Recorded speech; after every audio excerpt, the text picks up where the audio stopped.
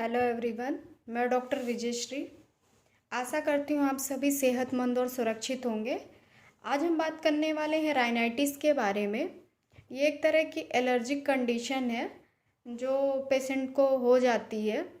तो इसमें हम मोस्ट कॉमनली सिम्टम देखते हैं, पेशेंट को लगातार स्नीजिंग होगी और साथ ही उसे आँख और नाक से पानी आएगा और बहुत ज़्यादा आँख और नाक में बर्निंग सेंसेशन होंगे और जो गला है वहाँ पे खराश बनी रहेगी, ब्रीदिंग प्रॉब्लम होगी, हेडेक होगा।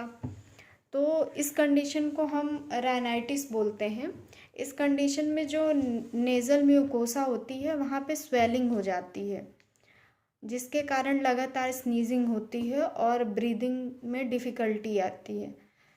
राइनाइटिस में जो पेशेंट होता है उसको ये एलर्जी बार बार होने के चांसेस रहते हैं, क्योंकि जब भी वेदर चेंज होगा या फिर जब भी वो कुछ ट्रिगर फैक्टर जो इसको एग्रावेट करते हैं उसके संपर्क में अगर पेशेंट आता है तब राइनाइटिस होने के चांसेस बढ़ जाते हैं।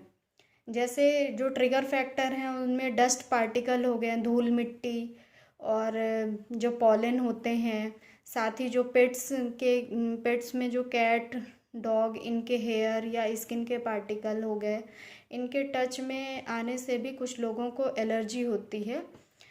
एलर्जी होने पे जो हमारी बॉडी है वो एक तरह का हिस्टामिन केमिकल रिलीज़ करती है एक्चुअली, जिसके कारण पेशेंट को राइनाइटिस हो जाता है। अब हम कैसे जानेंगे कि हमें राइनाइटिस है, कॉमन कोल्ड नहीं है।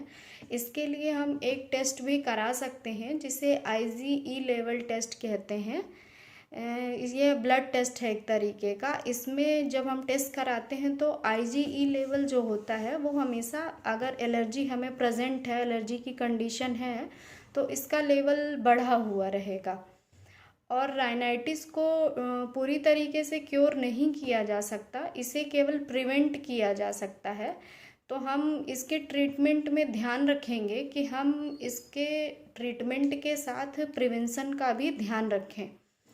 तो हम जो इसके ट्रिगर फैक्टर हैं उसको अवॉइड करेंगे। जैसे हम बहुत ज़्यादा ह्यूमिडिटी वाले एरिया में ना रहें, साथ ही जो धूल मिट्टी जहाँ पे ज़्यादा हो वहाँ पे ना रहें, या फिर उसकी साफ़ सफाई प्रॉपर होती रहे।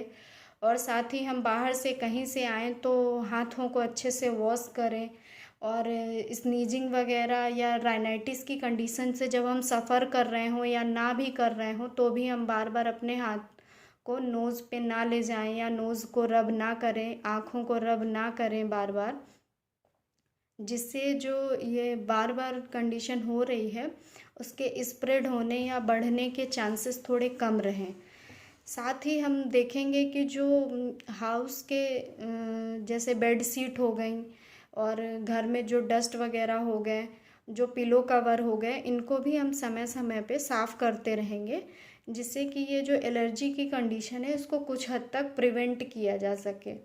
अगर कुछ लोग चाहें तो अपने सुविधा के अनुसार वो ह्यूमिडिफायर का भी यूज़ कर सकते हैं।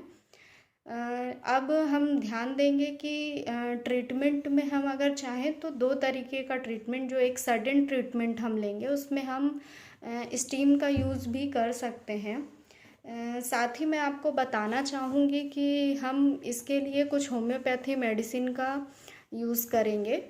जैसे अगर किसी पेशेंट में समर में एलर्जी का रिएक्शन ज़्यादा हो रहा है तो ऐसी कंडीशन में हम डल्कामारा 30 पोटेंसी में यूज़ करेंगे।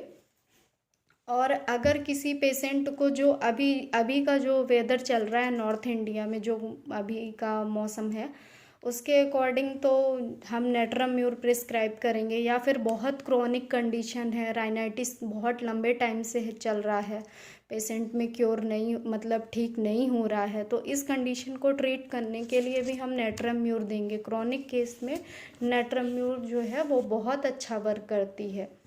साथ ही अगर किसी पेशेंट को स्मेल के कारण बार बार एलर्जी ट्रिगर कर रही है तो ऐसी कंडीशन में हम सबरडीला एक मेडिसिन होती है उसका यूज़ करेंगे। इसी तरह हम राइनाइटिस को ठीक करने के लिए कुछ और भी होम्योपैथी मेडिसिन है, जैसे आर्सेनिक एल्बम हो गई, एलियम सीपा हो गई। इन मेडिसिन्स का भी यूज़ हम पेशेंट की सिम्टम और कंडीशन के अकॉर्डिंग करेंगे।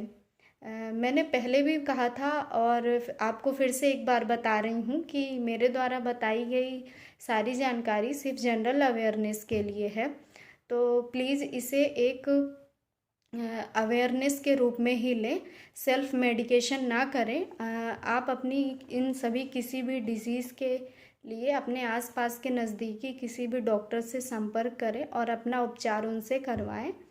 Thank you.